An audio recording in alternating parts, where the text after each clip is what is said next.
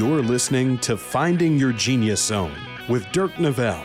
With the help of successful individuals across industries, Dirk breaks down the unknown parts of every vocation while highlighting the importance of finding a career where you can leverage your natural skills, passions, and interests. Now here's your host, Dirk Nevelle. Hey everybody, this is Dirk Nevelle. Welcome to my podcast. On with me today is Brant McAdams. Brant, welcome. Thank you. Excited to be here. Thanks, man. I'm excited to have you because we were chatting a little bit before I hit record. I love football. My family, my dad, my brother, all played in college, and cousins, and it's kind of part of my DNA. So, I met Brant. Physically I haven't met him, but we talked a few weeks ago on the phone. My son was attending a camp. He is a head coach at PLU down in Parkland, near Tacoma, Washington. It's been there about 5 years, but he called me because my son has all these major food allergies, and I was a little worried about sending him off and, eating and all that. And he was super cool, reached out, and I always thought that, I said, that's really nice of him to do that. I asked him to come on. So Brant, why don't we kind of just get right into it? Tell us a little bit about your history. You can be quick on it in terms of how long you've been in the coaching world, where you started, and kind of how you ended up at PLU. So been coaching at the small college football level for, I think, going on 17 years now. Played at this level, so you can add 4 to that, so about 21 years. And coaching has always been something I've been around. I've been around sport. I'm the son of a middle school football, basketball, track coach, and my mom was a nurse. So just kind of the, I guess, people business, right? And service to a degree. And so, in college, I went into college going, all right, I'm either going to go sports medicine. I knew I wanted to be around sport, or teaching and coaching. And then, in those 4 years kind of said, all right, I want to do the coaching thing. And then, as my senior year approached, I kind of, had this reservation. I'm like, I don't know if I'm ready to be in a classroom, in front of 20, 30 kids, calling me Mr. McAdams. I think I just want to do this football thing some more. And so I started putting out feelers, asking, my coaches, their advice. And, I sent resume and cover letter out to, every place that posted for a graduate assistant, places that didn't. So, just kind of being vulnerable and putting yourself out there. And, the one that came through was kind of a network connection. So, D3 school in Redlands, California, we had actually played against each other, but the 2 head coaches had known each other for a couple of decades, just kind of, in the business and working on committees together. And so, part of it was, it's, I think a lot of it is right, what you know, but also who you know. And so that kind of helped create my first opportunity to get my foot in the door. And then, 4 schools, and 17 years later, at a really good spot. PLU is an awesome place, good people, a desire to be excellent, but also a desire to do it the right way. Academics first, character is the thing that carries you through any arena. That's kind of, I guess, the short of it. I love it. And going back, you're from Texas, right? Yeah. Is that kind of like Friday Night Light, Texas, or a different part of the state? Yeah. So my dad grew up in Odessa, Texas, and that's where, the Permian High School, Odessa, Friday Night Lights kind of originated, I guess, or at least the portrayal of it. But yeah, you can find that in a lot of small towns, kind of throughout Texas. And I think Texas has,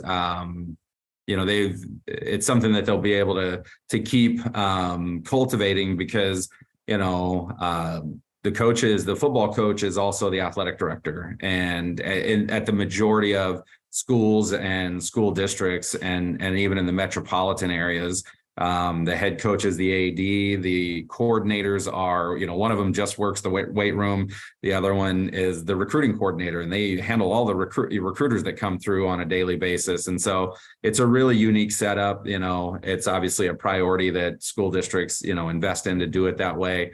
But yeah, so, but I've also come to appreciate the communities, football communities, and all the places, that I've been, obviously, right, Bellevue had a national presence, but you see, Eastside Catholic and Yelm in the state championship game this last year, just awesome football communities. Tom Boehner at Bothell, his son Eric just graduated from PLU, was quarterback for us for the last 4 years, and watching kind of these pockets. Spencer Crace, our offensive coordinator, coached at Sumner, prior to coming to PLU, and Keith Ross. I mean, Sumner has a phenomenal little community. So yes, it's something that's unique in Texas, but I also think that it's something that you can find anywhere in the country. That you go look for it. Yeah, I love it. Just real quick, what did you play?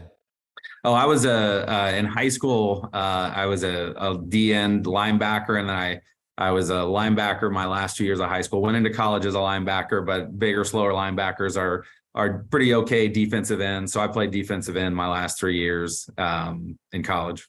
Okay, cool. I was telling you, I was just at PLU last weekend, and one of my buddies, a guy named Kyle Andrews, I think he graduated in 97, played DN for PLU. Mm-hmm. And he was talking about the old glory days. But anyway, okay, so, people are watching that are, they're tuning in to the college football coach.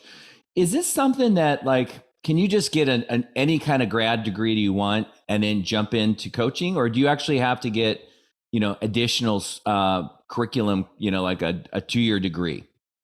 So yeah, it's almost exclusively an experience-based path, if you will. Right. So like in soccer, you can go get, I think, a level 1 certification, a level 2 certification. I don't know exactly what they call them, but that's where it's different and unique. And, so to some degree, I think that is creates a little bit of a barrier for entry for people, right? Because I'll get people that'll reach out and say, hey, I'm really interested in kind of getting my foot in the door at the college level. And so, if the experience has only been, at the high school level or maybe junior high level, and not to say that football is that much different at those levels, it ends up being everything around the game, right? So yeah, maybe the complexity of the X's and O's goes another level deeper. But there's, some high school coaches that, right, if you found a way to measure, X and O knowledge and teachability, coachability, right, there's coaches at every level, I think, that would excel. It's the whole deal, right? So it's, at our level, right, Division III recruiting, being a partner on campus with student life and admissions and advancement, and right, knowing that, this isn't a deal where we monopolize our players' time. We're actually trying to be, as efficient as possible in meetings and practice to get them out to their education and their kind of co-curricular, extracurricular experiences on campus. So yeah, so to come back and answer the question, no, it's not a deal where it's like, oh, I'm certified to be a small college or a college football coach. It's an experience deal. And so any young person that says, all right, I want to get into coaching, I would say play the game as long as you can, right? You got the opportunity to maybe walk on at a larger school, or go play, and get on the field at a smaller school. Go where you can play and play as long as you possibly can. And then, so once they're done playing, right, then just get in the door however you can. And obviously, as a younger person, you're either going to have, a little more bandwidth to live off of very little, or right, have some sort of additional support system that can kind of carry you through those early years of just getting experience, being in the office, being on the field, doing, whatever in the back room. And I'd say for the older person that's, looking to make a shift, from one career into coaching, right? I think, somehow finding a way to set it up so that you can get that experience. So maybe that's volunteering. So you're only doing it on a part-time, unpaid basis, but you're just trying to get the experience. Had a couple of coaches in my 5 years here at PLU that's been their path. Some, it didn't stick, some it did. And so, yeah, at the end of the day, it's experience is the most important thing you can find a way to get. Yeah. So I'm thinking about, okay, so take the person who's playing, they love the sport, it's part of who they are, it's who they identify with. I would imagine though that doesn't always translate into being a good coach, especially a head coach with all the responsibility you have. What are some of the things that like you've seen, like you've hired coaches, you're talking about Hillary, who's on your staff, who was a really exceptional player at University of Washington when I was there. What are some of the things you look for other than just knowledge, like the X's and O's? Is it a likability? Is it relating to the kids? Like if someone's kind of interested in this from a head coach perspective, what are you looking for? Yeah, it's a great question. I'm looking for, I think, there's plenty of professions out there that, someone would answer this way, right? But ego's a big thing in, macho, college football. And so people that can put their ego aside, for the sake of the team. And I think really good players or player leaders, demonstrate that, hey, they can put their ego aside. And so, right, Hillary, right, played on, a national championship, Super Bowl championship teams. And that was one of the things we talked about is, he talked about, the reason those teams were successful is because they had people, with strong egos, but they had them in check, so they could be a big, powerful personality, but also, step into the first follower role when someone else, kind of assumed the leadership role. And so, I think that's important, in any team setting. I think, like you said, you kind of said likability, but communicability, being able to connect. I've had coaches that, right, they come across really, really hard sometimes, and then just, reminding them, hey, that, demanding excellence and being hard on them is going to get what we want out of these kids, but to keep them around, especially this generation, you've got to be able to connect. And so, show them that you're a human, share about yourself and build a real, kind of human connection and genuine relationship. It's a cliche, but they don't care how much you know until they know how much you care.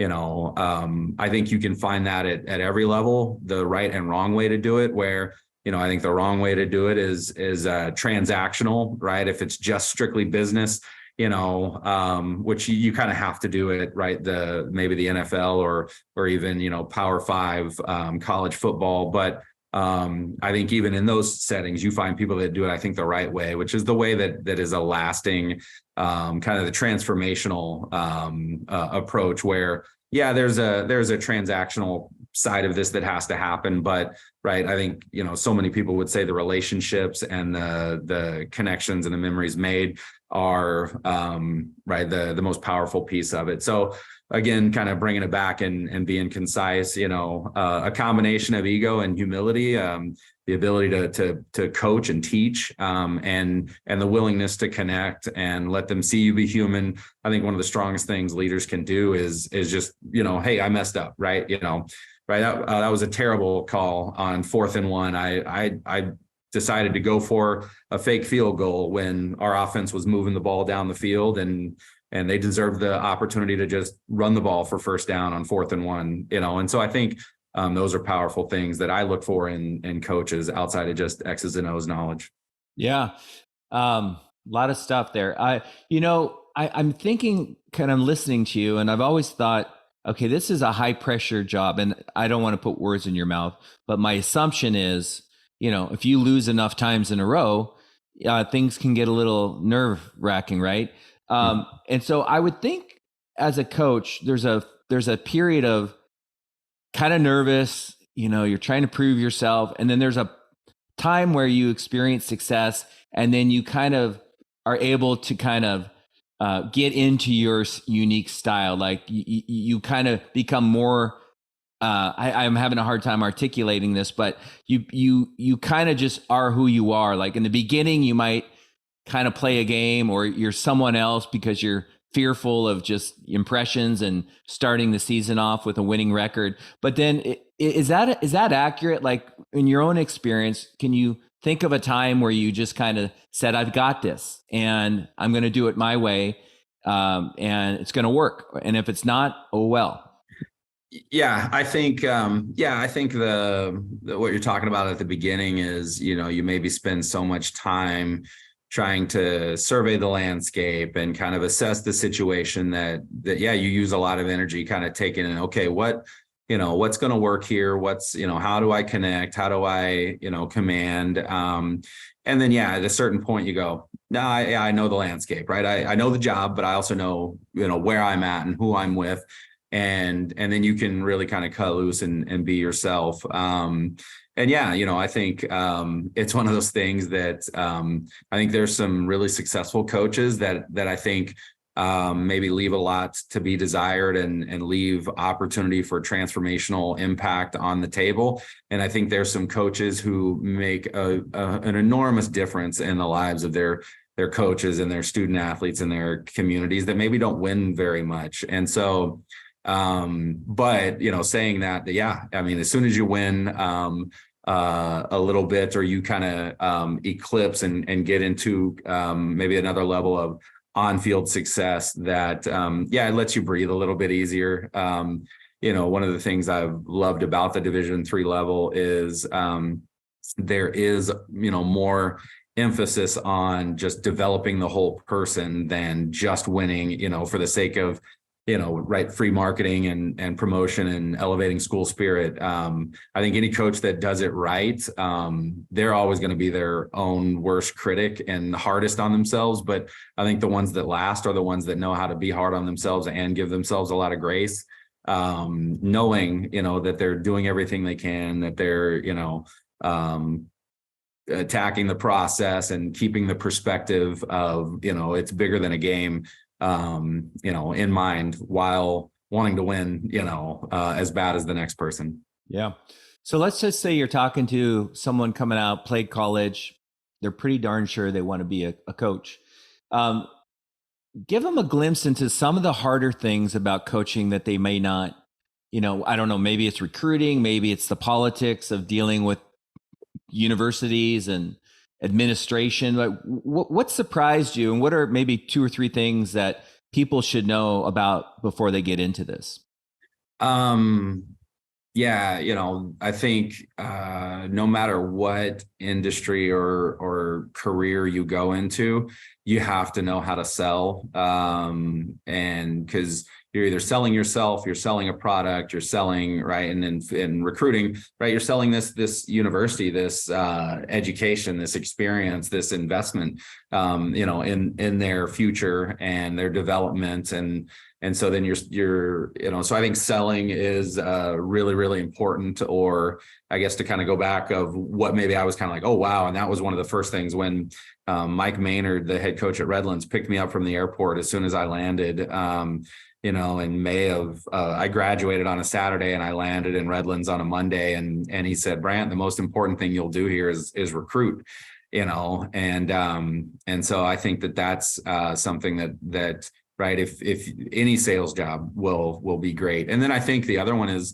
the service industry. If you can have already had a job waiting tables, or just dealing with the general population, and you're going to get people that are incredibly gracious and appreciative, and you're going to get people that aren't on their best day, and then learning how to deal with both sides, particularly the downside, and being able to handle that with patience and grace is what maybe extends a little more room for connection. Because in a sport where you're spending 6 to 7 days a week with your coworkers and your players, right, not everybody's going to have a great day every day. And so being able to be able to weather that, I think is important. And so I may have lost track of the question, but I think that those are 2 things that I look back on and go, oh, that definitely was important. Or maybe I was prepared for that and I didn't know I was, or I wasn't prepared for that, and I wished I had been. Yeah. So like recruiting players, recruiting their parents, right? Like, I mean, you're not recruiting the parents, but they're part of the decision. Recruiting staff, like, are you saying that's one of the harder things, or maybe one of the components that differentiate successful coaches with coaches that maybe aren't as successful? In terms of recruiting, Yes and no. I think, there's another, and so I think alignment is something that's really important in an institution or an organization. And this is one of the things that, as getting into an entry level position, I don't think is really as important, but definitely as you're looking at, positions where you can see yourself for a while. One of the tours I gave as a GA, my first couple of years coaching was a family, we were recruiting the kid, and the dad was a former head football coach, and I think it's Southern Oregon. And he had coached with the head coach that I played for, Small World Connection. And he said, college football coaches like to think they win national championships, but college presidents do. And so, I think alignment is something that's really, really important in the institution, because when it's not in alignment, you can be the best recruiter in the world, and something else is going to be a major obstacle that's going to hold you back or hold your program back from being as successful as you want. And so, I think every national championship coach in any sport, right, if they're not giving credit to the administration, the parents, the fans, it takes a village, right? And so I think that that's something that's really important. So I guess kind of answering your question, yes and no, right? I think recruiting matters, but it's not the only thing that matters when you're looking at the final product. Yeah, I get it. What about, let's kind of talk a little bit about your day, your week, your night, Monday morning, Thursday night, Sunday afternoon. Like, you said 6 to 7 days a week. Like, is this a job where there is a balance for personal and work? Yes, but you have to be really, really intentional about it. And so the place I was at, Trinity in San Antonio, the current head coach, Jeremy Urban, played in the NFL for 9 years after being a Division III standout, 5-team All-American, captain on a national finalist team. He was a senior my freshman year. So I got to watch him be a leader as a player. And then I got to watch him be, a leader as a coach, because as soon as his career was done in the NFL, he got right into coaching at the Division III level. And he does, Trinity is back into being a playoff contender now. And so had the chance to coach with him, and kind of getting into it, a relatively common practice in, football, any level, high school, college, but definitely D1 college and NFL, right? These coaches are, they're living at the office, at times. John Gruden had a book where pretty much, the short of it was his success comes from the fact that he doesn't need a lot of sleep. And one of my college teammates was a linebacker coach for the Vikings. And, I got to see him when the Vikings came out to play Seattle, and I said, so what are you doing when you get back home? And he said, well, we'll land at this time. I'll probably sleep at the office and be up and working, at whatever time the next day. And so, to balance, you have to be intentional. I've been at places where you were in the office for 10 hours on a Sunday, recapping the previous game, studying up on the next opponent, putting the plan together. And at Trinity, I'm fortunate to have worked for a guy that was, could think outside of the box, and we didn't come in the office on Sundays, right? The world we live in, so much can be online, all of our films online. So you can get all of that done and make it kind of fit your unique family schedule. So you can prioritize faith, you can prioritize family, and still get the job done. And then we moved to being a morning practice team. So, as a coordinator, and we had been, we were being successful, I was able to leave the office at 4:00, in the afternoon. I could eat dinner with my kids 3 days a week, in the fall. And as a head coach, to be able to do the same thing, is pretty unique. And so you have to be really intentional, really passionate about balance, and not, Facebook ads, they hear what you talk about or see what you click on, and you get the advertisement.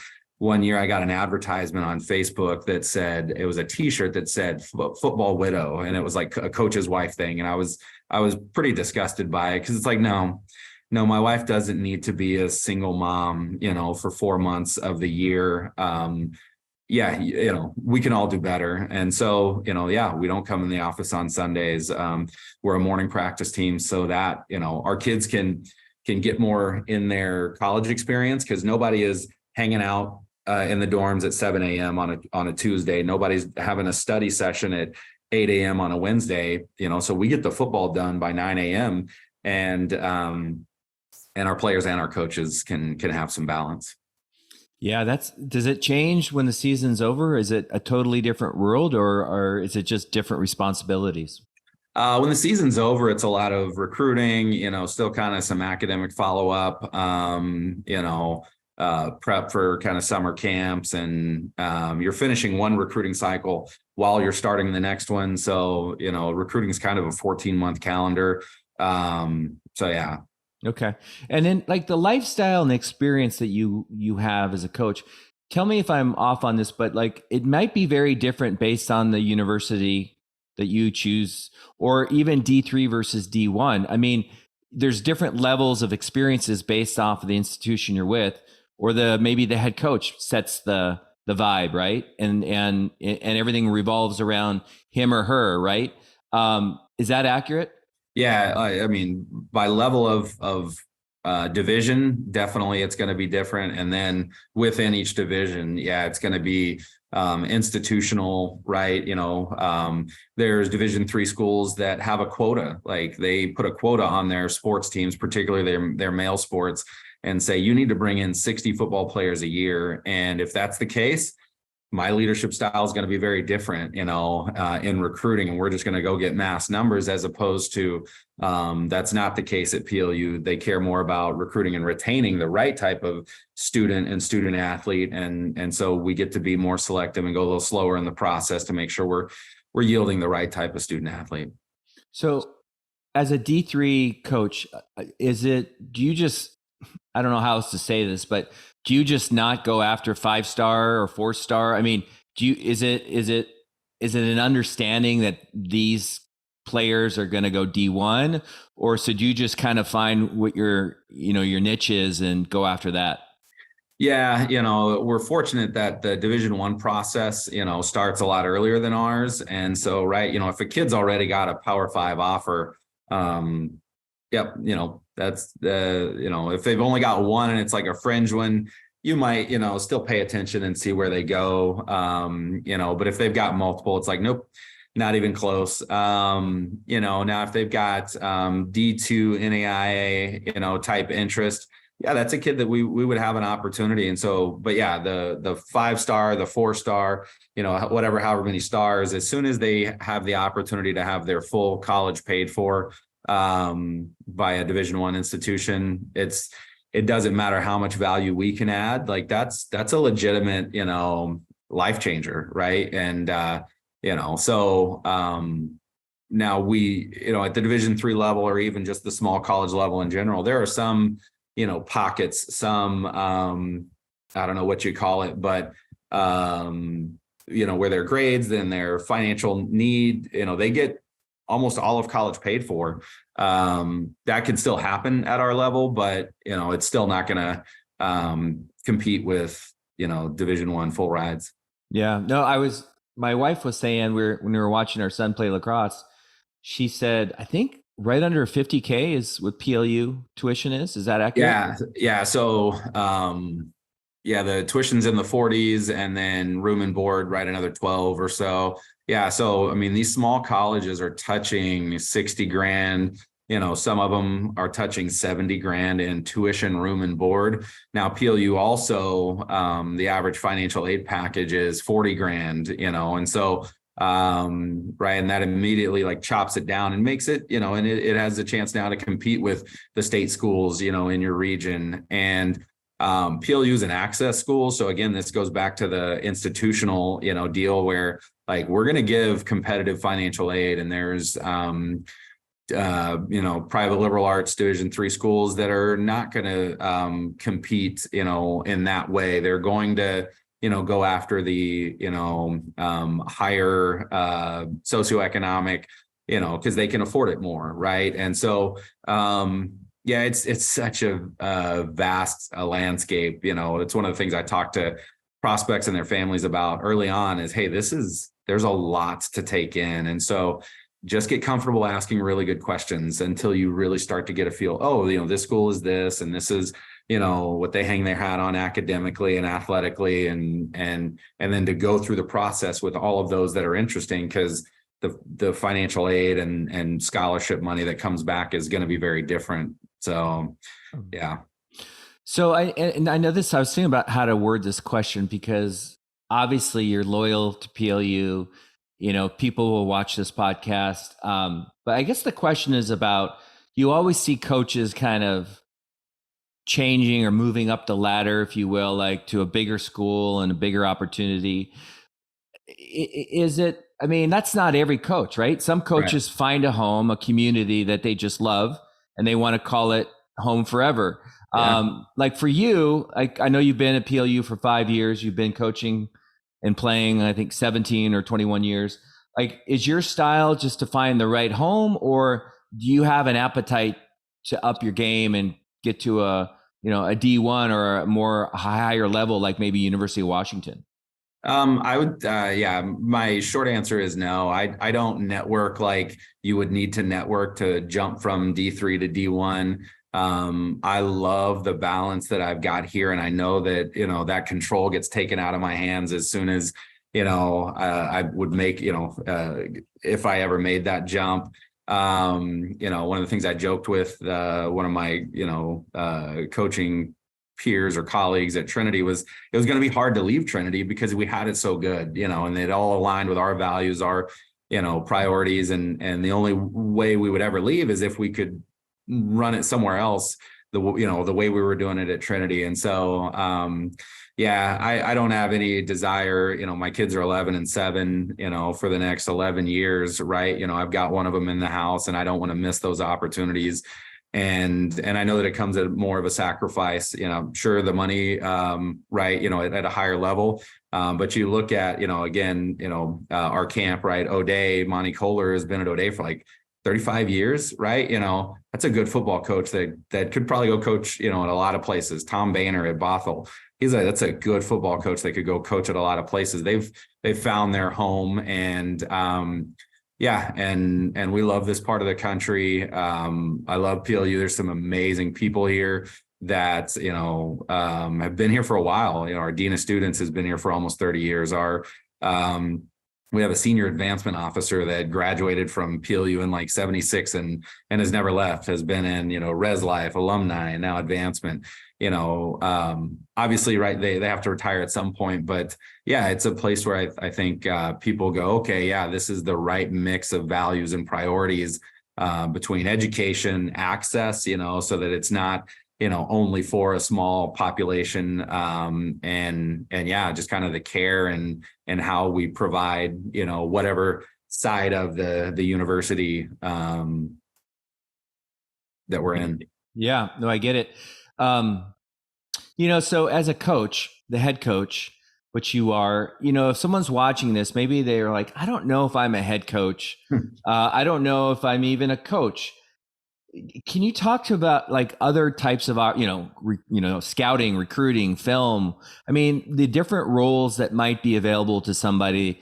Maybe someone's an introvert. Maybe they're not really good at selling themselves or communicating with, parents or faculty and administration. What are some of the other opportunities that might, be available to somebody in the football coaching world?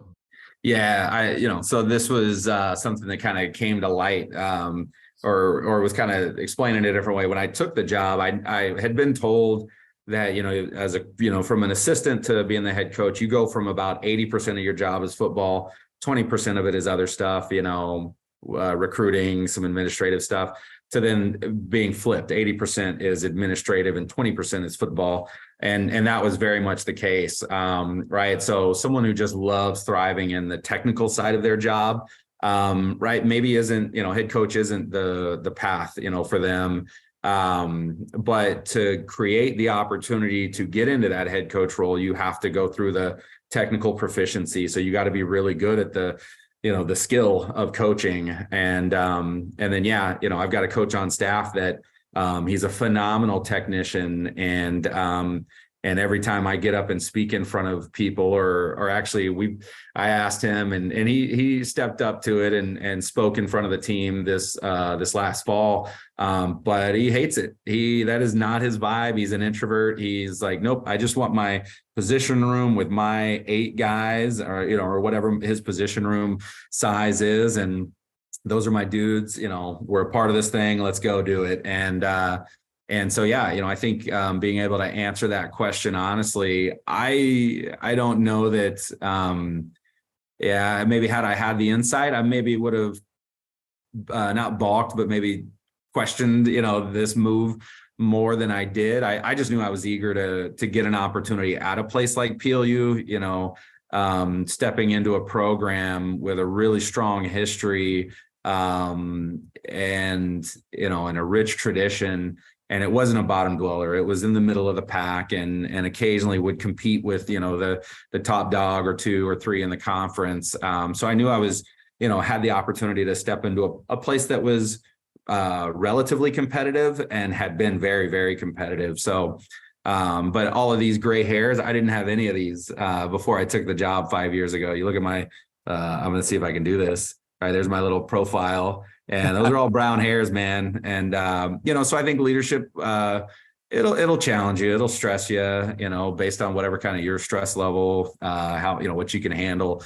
And, but at the end of the day, when you stop and look back on it and go, okay, did I leave it in a better place than I found it? I think so, in some ways. And, have had a chance to forge some awesome relationships with people that if, college football just came out and said, we're done, no more college football anywhere in the country, I could go, man, that was awesome. I loved what I did. But I also think because I approach it and certain coaches approach it, as, it's when COVID happened. So I'm sorry, I'm going to tangent here. When COVID happened, right, the game was taken away from us, but what we're here to do, and this is the transformational piece. If you can go, I'm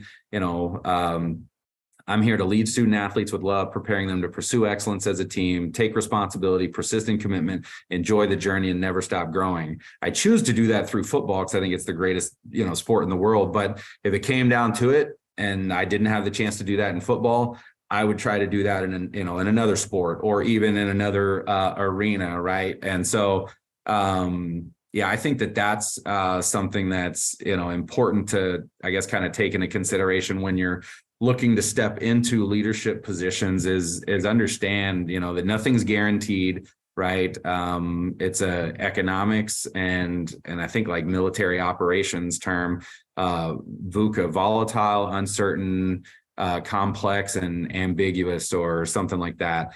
And so, at the end of the day, especially the world we live in, technology changing things at this, rate that it does, you gotta be able to step back and while you're in it at the beginning, just get really good technically. And then when you start to get into the, managing more conceptually, understand, what translates between, a game and a career and a life.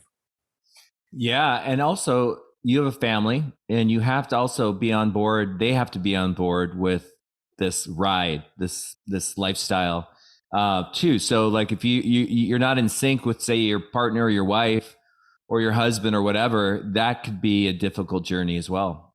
Yeah, my wife and I dated for 3 years in college. And so when this opportunity popped up, I said, moving from Texas to California, hey, this is my best opportunity. This is what I want to do. I'd love for you to, kind of come with me on this ride. And I said, knowing that was the case, I said, I gave kind of the preface like, hey, early on, there's gonna be a lot of hours. I'm the low man on the totem pole. And she was kind of like, are you talking me out of going with you? I'm like, no. I'm trying to set this up for success so that, when it does get hard and frustrating, that I'm at the office from 7 a.m. till midnight, in July at the football camp we're running, because I'm the guy that's got to be there before everybody shows up and close it down after everybody leaves. That you've at least, we've at least had the conversation once. And so, and then to some degree, fall camp in August, it can be a little bit like childbirth. We've gone through it 16 times now, but there's going to be a day in August where my wife is like, really, you're gone till this time again? And it's like, yep. Every August, babe. And so, yeah, but I think just being upfront about it, talking about the challenges, talking about whether or not it's worth it. I can probably point to 2 times in my career where I wasn't getting paid very well. I was loving what I was doing. But we were kind of at that point in our relationship, wanting to start a family. And it was like, okay, do I need to give this up and get into something that will provide a little better?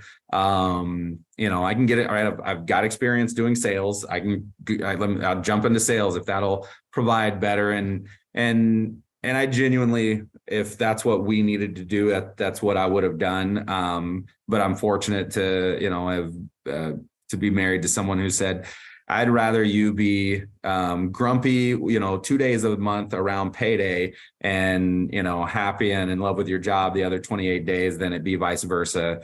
You be unhappy 28 days, but then happy the 2 days around seeing your paycheck. So, I think that's a critical conversation to have. Yeah, I think this is the stuff I'm trying to uncover, which you're doing, perfectly, as far as like, what are the things people don't see at 26, 28, whatever, that they need to know about. When it comes to money, I assume it's I'm not asking you what you make, but salary based. Yeah.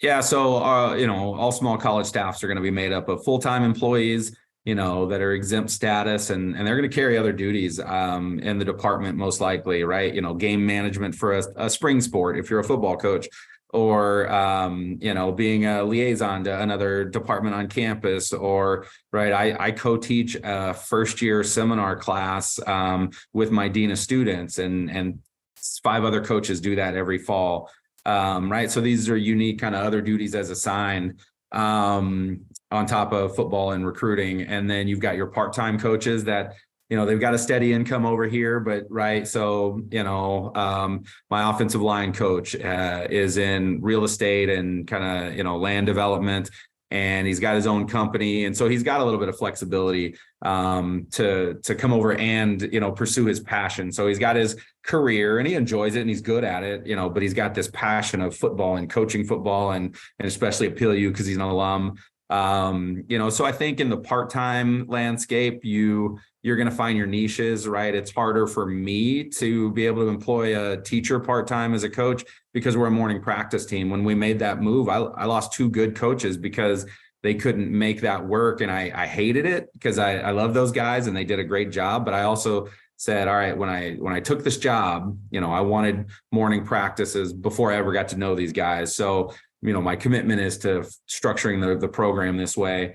So for my sake, it's people with some flexibility in their jobs or they're retired. My tight ends coach is, a retired high school coach of 40 or 35 years as a head coach.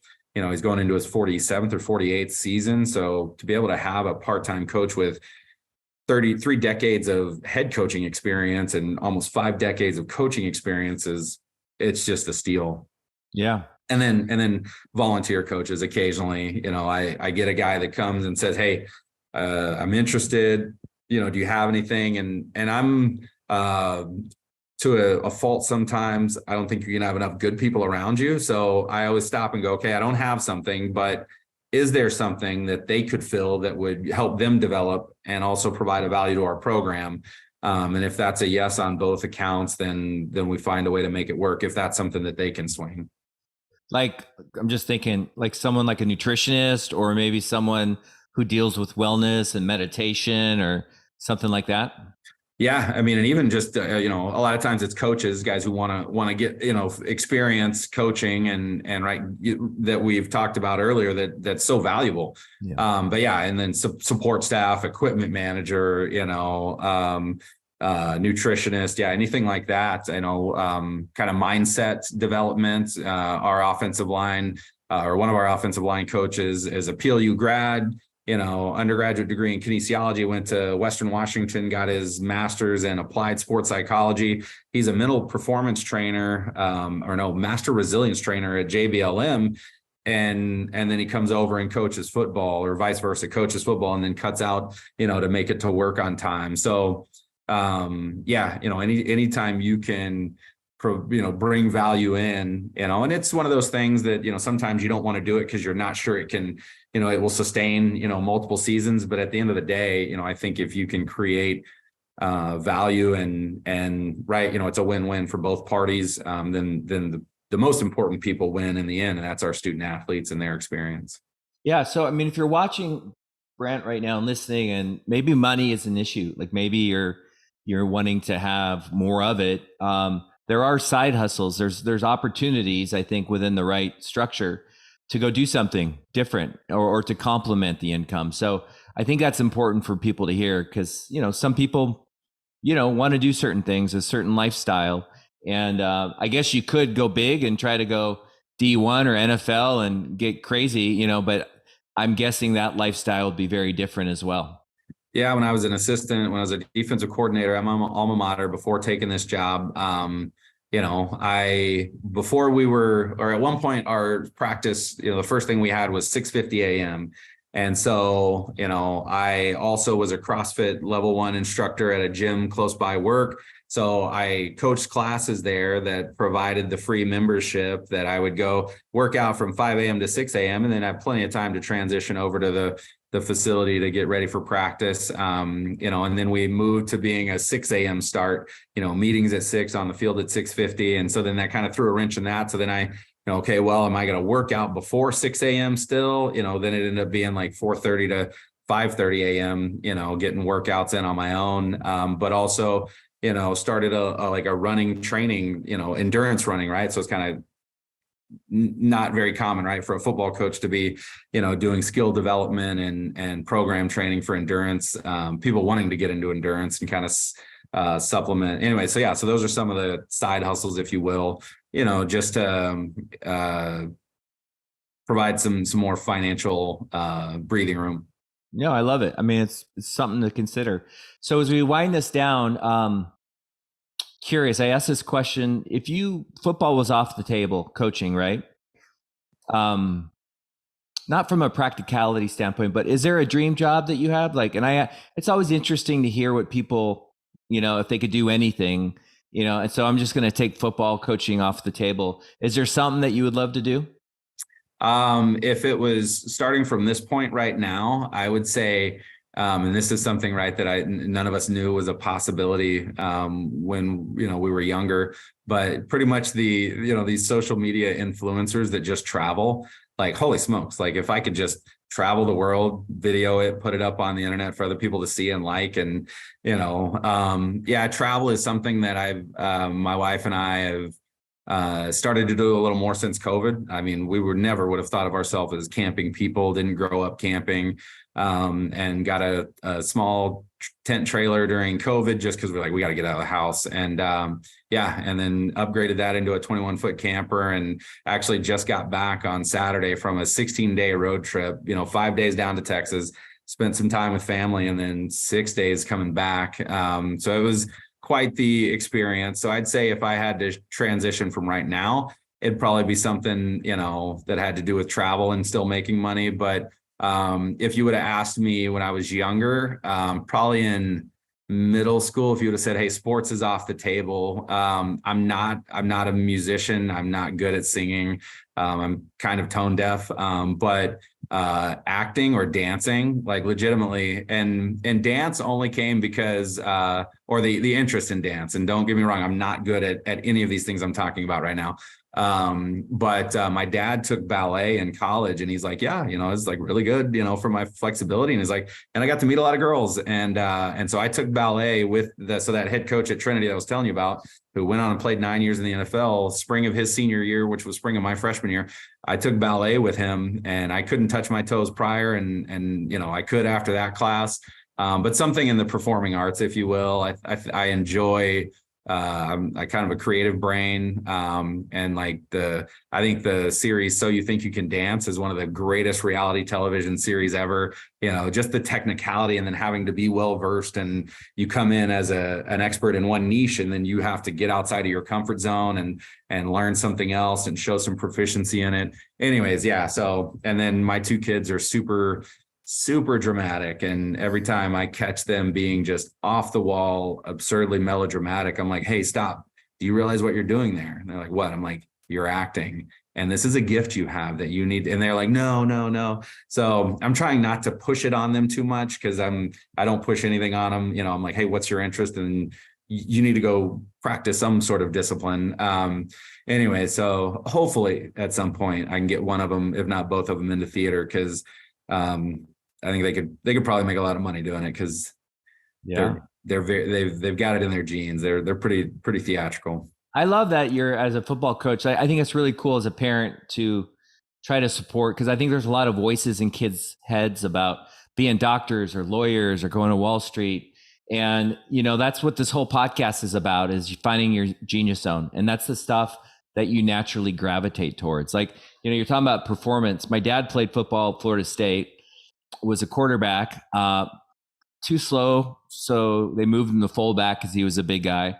And then too slow for that, they moved him to offensive line, and then they ended up nicknaming him Slow Motion, was his nickname. But he was roommates with Burt Reynolds.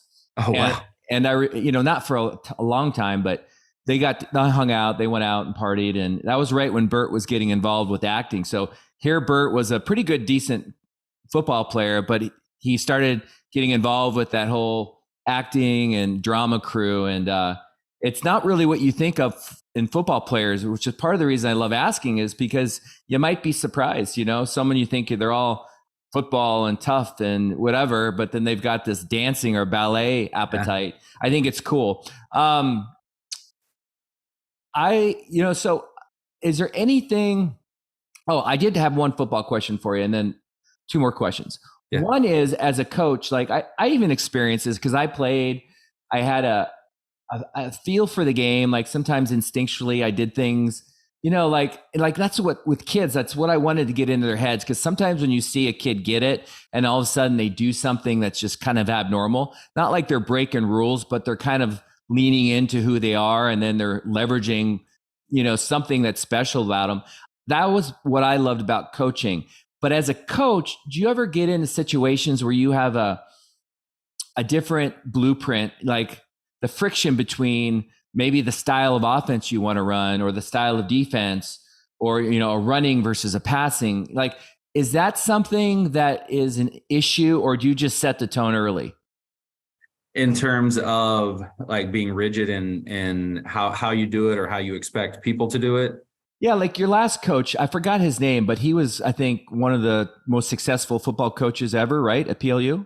Yeah, so Frosty Westring was here for 32 seasons, College Football Hall of Fame, and then his son Scott, who played for him, coached for him, was here for 14 seasons, and so yeah, I guess very different approaches in kind of the X's and O's, both very successful in the X's and O's, and so yeah, I think part of it is right. The X's and O's that I bring to the table are they're going to be different, right? And I think even with just the leadership style in general, it's you got to be true to yourself. What do you know? What are you confident in? And then I think in terms of the expectations of players, right? I think a common flaw is overcoaching, right, or overleading, and not letting people giving them the space to flourish. And so, I think that's something that I learned, right. I came back from being a coordinator at a school and to being an assistant at my alma mater and the defensive coordinator that I coached with for a year prior to going, and then we coached together for a year, and I was under him, and then he coached for me for 4 years.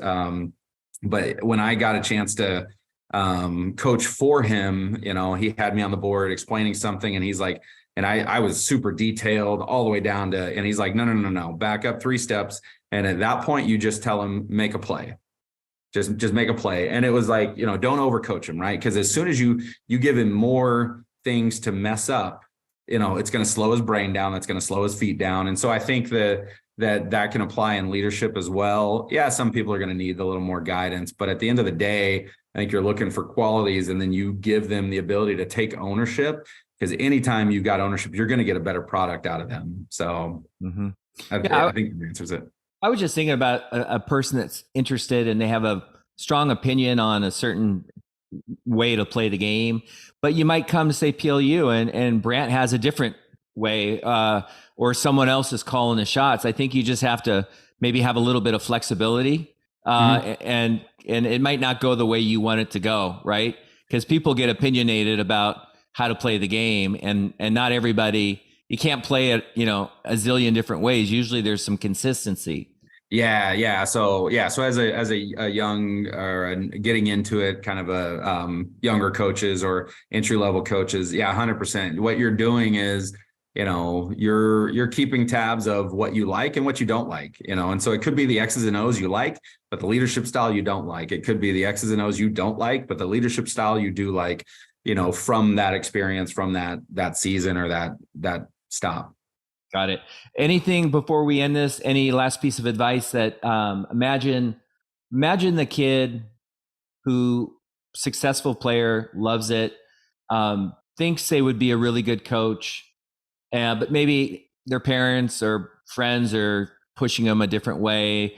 Is there something that you might give them in terms of advice, just to kind of, hopefully send them in the right direction?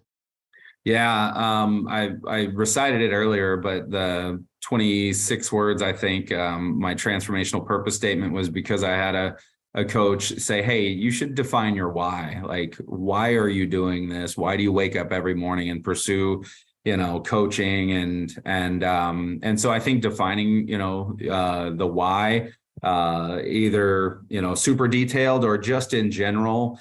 And then also having the grace to know that that'll change, in different seasons of life. I think that's really important. And then also, right, I think it's the balance. I talked about kind of ego and humility. Like, come in with an opinion, but don't come in, unwilling to grow and learn. You've seen it done a certain way. And then, you got to have a certain level of humility and then work ethic at the end of the day. If it's something you really want, then work at it harder than anyone else, in eyesight.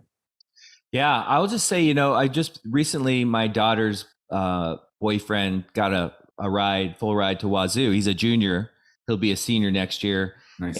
And one of the things he said that really stuck out is the bond with the coaches for him personally. And I'm just listening to you, and I can only imagine that's one of your advantages, because the fact you called me about my son's food allergies, and I would assume this serves you very well. And I can see why you're so successful. So I really do appreciate your time, Brant. I'm going to end this. Anything else you want to say, or are you good?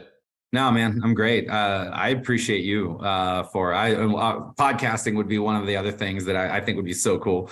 But yeah, because it's at the end of the day, man, you're just asking questions and peeling back layers for people, where you don't normally get to see inside certain things. So appreciate you for what you're doing here. Oh, I love it. I'm curious. I love football, so this one was really fun for me. But yeah, it's fun. It's interesting to hear people's stories. I think we can learn a lot from people like you. So thank you. Thanks. Appreciate you, Dirk. All right, man.